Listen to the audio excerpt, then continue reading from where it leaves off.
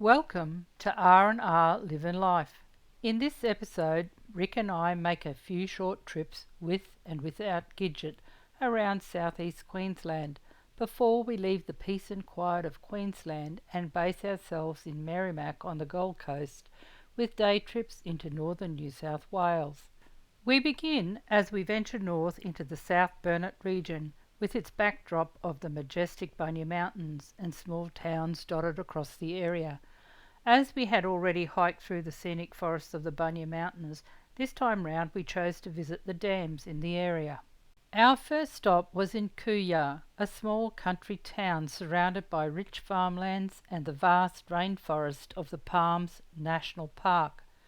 We had driven through many times before and had often said we should stop, so this time we did. What a lovely camping ground in Swinging Bridge Park, not far from the Swinging Bridge. As we wandered around town, I admired the wide verandas of Kuya Hotel that looked inviting, but we were just happy to wander around town. From our vantage point on the suspension bridge that crosses the Kuya Creek, unfortunately we did not see any platypus, but the experience was enjoyable. The suspension bridge was built in 1988 after a devastating flood swept away the previous bridge, the local hall, 3 houses and several cars. What a tranquil and relaxing place to camp. After a very restful night, we made our way to Warrulan on the Bunya Highway in the South Burnett region. Our camp for the night was beside a section of what is left of the Nanango railway line from Wandai to Kingaroy that opened in December 1904. This section of the railway line was closed in 2009, with track removal occurring in 2014 to make way for the new Kingaroy-Kilkivan rail trail. We wandered down to the Warrulan Presbyterian Church in Alexander Street that was opened in 1909. Unfortunately, the church has been closed. From our camp, we could look across the wetlands, so decided to take a walk out to the viewing platform and bird hide near the sports ground. As the walking track to the hide was overgrown, we walked along Sports Ground Road, alongside of a eucalypt woodlands and farmlands on the opposite side of the road. Unfortunately, damage to the bird hide and viewing platform made it difficult for Rick and I to view the wetlands without having to peer through the trees. We left Warrulan, continuing on the Bunya Highway through some very interesting farming country to Hivesville, with the town named after George Hives, a pioneer settler who owned substantial property around the site of the town, before stopping in at Proston Lookout, that is situated on a ridge that was made of basalt roughly 50 metres thick and is mostly a stacked sequence of lava flows derived from vents to the south. These volcanic rocks are part of the Main Range volcanic field, a widespread lava field that probably had multiple simultaneous eruptive centres, with the Main Range shield volcano erupting between 25 and 22 million years ago. From the information panels we read about the geological history that extended out from the lookout, an amazing read and an amazing view. From the lookout we made our way into Proston and picked up some supplies before heading out to Boondoomba Dam, about 20 kilometres northwest of Proston in the South Burnett. The 1,900 hectare dam was constructed as a purpose-built dam in 1983 across the Boyne River below the confluence with the Stewart River to supply water to the Tarong Power Station. The dam was named after the area's original station, Boondoomba Station. We set up camp along the lake's foreshore that provided a nice quiet and tranquil spot to watch the pelicans, as well as the turtles basking in amongst the water lilies. Boondoomba Dam is stocked with a mixture of 200,000 golden perch, also known as yellow belly, silver perch and Australian bass fingerlings that are released annually into the dam. After a couple of days relaxing with our feet up or going for hikes around the dam, we left the dam and made our way to the Mandubra-Durong Road, past multiple tours scattered across the undulating low hills and a couple of huge stands of grass trees. We joined the Mandubra-Durong Road not far from the Boondoomba homestead.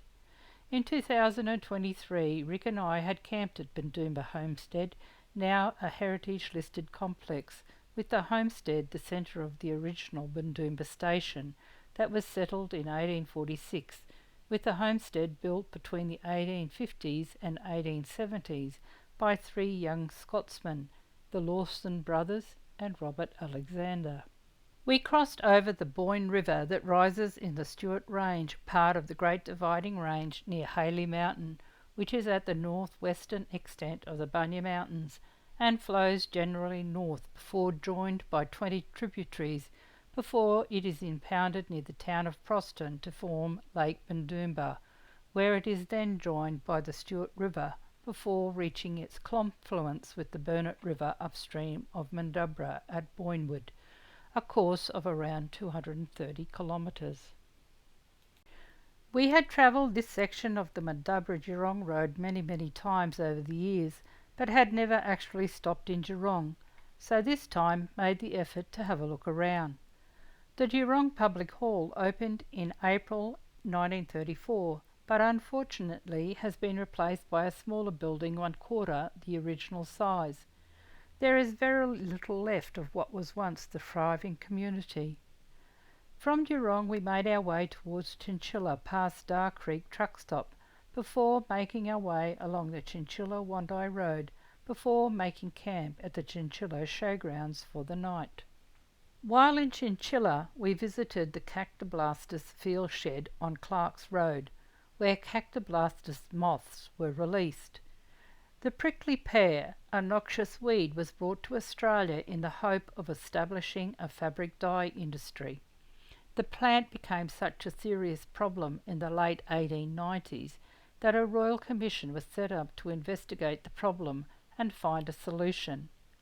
By 1924, the noxious weed was spreading at a rate of over 400,000 hectares per year. Alan Dodd found a possible biological control in South America, the Cactoblastus moth, with eggs sent to Brisbane and then on to Chinchilla, where they were hatched and released. In 18 months the moths had acclimatised and bred in the wild, with the rearing of the moths no longer required. The insect, which ate its way through the jungle of prickly pear, at the time was seen as a true saviour of rural Australia. That afternoon, just on dusk, we watched a huge flock of flying foxes weaving their way across the sky for their nightly foraging raids on flowering native plants. Though in places around town the sheer number of flying foxes have caused destruction, with branches and leaves falling off all the trees and creating a disgusting stench. From the showgrounds we moved on to the Chinchilla Weir on the Condamine River for a couple of nights, where we enjoyed a canopy of a billion stars, as there was no lights to impede the sky. It really was a beautiful recreational spot just on the outskirts of town, set in a lovely bush setting that provided plenty of nature walks on the trails that followed the water's edge. After free camping for the maximum 2 nights, we continued on to Brigalow and then to Kogan, where we stopped for morning tea. Famous artist Hugh Saury, a self-taught artist, sketched bush life while working as a driver, axeman, rabbiteer and shearer in the area, and would paint scenes on the walls of the pub. Unfortunately, these 19 murals were later cut from the walls and sold at auction, much to the anger of the artist. After stretching our legs, we continued on to Lake Broadwater, a popular recreational spot 30 kilometres southwest of Dalby, the only semi-arid, naturally occurring freshwater lake on the Darling Downs that only fills after heavy rains and is an important refuge for waterbirds and other wildlife, covering an area of approximately 350 hectares with a depth when full of between 3 to 4 metres. Lake Broadwater is part of the 1,212 hectare conservation park that aims to preserve valuable remnants of the vegetation types which once covered the Western Downs before European settlement, many of which are now uncommon elsewhere due to agricultural development. We were amazed by the huge flock of pelicans that landed on the lake mid-afternoon. Rick and I enjoyed exploring the natural environment, taking a peaceful walk amongst cypress pines, brigalow, and eucalypts along the shoreline, and checking out the impressive bird life and flora, though it was a little windy. Lake Broadwater lies on a broad alluvial plain which drains northwards into the Condamine River via Wilkie Creek. It is fed from two ephemeral streams, Broadwater and Surveyor's Gully, draining a local catchment of about 6,000 hectares, most of which lies outside the park. Occasionally the lake floods during periods of summer rainfall and may also dry out completely. After a relaxing couple of days, we made our way home. The next part of this episode was our breakaway on the Gold Coast, where we spent most of the time exploring. Our first trip was to Hinds Dam in the Gold Coast hinterland, located 5 kilometres west of Nerang. That is the main drinking water supply for the Gold Coast region. Constructed in 1976 and then raised in 1989 and significantly upgraded in 2011 across the Nerang River, the large embankment and ungated spillway across the river means that when it reaches 100% capacity, water flows over the spillway and safely out of the dam. The catchment area of 207 square kilometres includes the Numinbah Valley and Springbrook Plateau, which pools into a 3,700-acre reservoir called Advancetown Lake. Rick and I strolled out along the wall before returning to have a late morning coffee on the terrace of the cafe while enjoying the stunning hinterland setting. The dam takes its name from the pioneering farming family of Carl and Joanna Hinds, who from 1882 farmed corn, potatoes and pumpkins here, as well as planting an orange orchard and being grandparents of Russ Hinds, a former National Party member. A sole mango tree is all that remains as a reminder of those times near the cafe. Similarly, the small settlement that was once Advancetown, containing the original Advancetown Hotel, a pioneer slab hut, school and houses, have long since disappeared to a watery grave at the bottom of the dam. From Hinds Dam we continued into the Numinbah Valley, past some of the most scenic valleys, grazing lands, rainforests and rocky cliffs we had seen. The Numinbah Conservation Area falls within the Scenic Rim Environmental Province, a place of high biodiversity, unique geology, subtropical and cool temperate rainforests, home to rare flora and fauna, and with large areas of remnant vegetation. Our next stop was at Natural Bridge in the western part of Springbrook National Park, part of the Gondwana Rainforests of Australia's World Heritage Area. The Natural Bridge features a picturesque rock formation formed by the force of the waterfall over the basalt cave. To get to the rock arch, we descended through the ancient Gondwana rainforest past hoop pines, living relics of the Jurassic Age 180 million years ago, that emerged from the surrounding forest. The landscape has been shaped by the erosive forces of water. Around 23 million years ago, lava from a huge volcano centred on Mount Warning poured over the surrounding area. Erosion by streams flowing on the volcanic's northern flank curved the valleys we saw today. Volcanic rock formations are a feature of the Natural Bridge. In the creek bed are hexagonal columns of basalt rocks that were formed when lava began to cool, shrinking and cracking into long parallel columns. In the caves were microbats and a colony of protected glowworms, and there is said to be luminous fungi and fireflies. From Natural Bridge we then crossed the border into New South Wales to Numinbah and on through Chillingham and Crystal Creek to Murwillumbah on the Tweed River, through some of the most stunning ranges we had travelled through. Murwillumbah sits on the southeastern foothills of the McPherson Range in the Tweed Volcanic Valley, with the town the centre for dairying, sugarcane and banana growing. It really is a beautiful part of the country. From Murwillumbah we made our way past the impressive Mount Warning, formed from a volcanic plug of the now gone Tweed Shield volcano.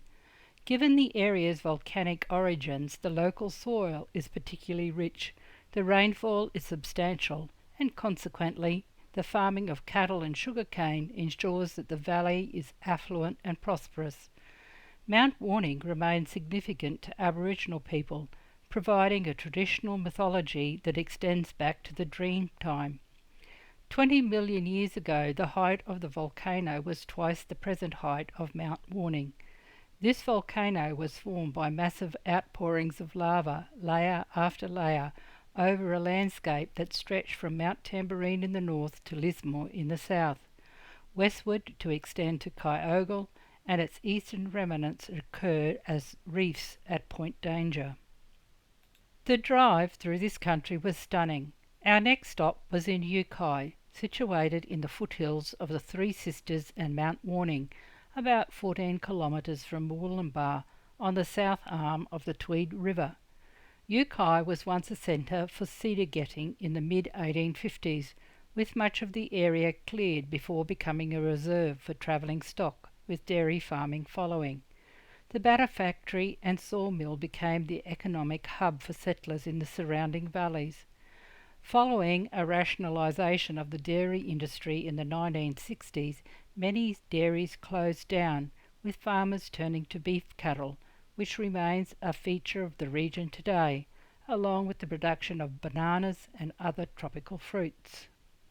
At nearby Nimbin, new settlers in the early 1970s who were looking for alternate lifestyles were attracted by the subtropical climate, abundance of water, close proximity to pretty beaches and coastal villages, and of course the world-class natural beauty of the area. They brought a diversity of trades, arts and crafts to the area, with the growth of residential small acreage and tourism. I hope you have enjoyed this episode. Give us a thumbs up if you have. Join us next time wherever our travels may take us. Take care and stay safe. Cheers for now. Rick and Rosemary. R&R, Live in Life.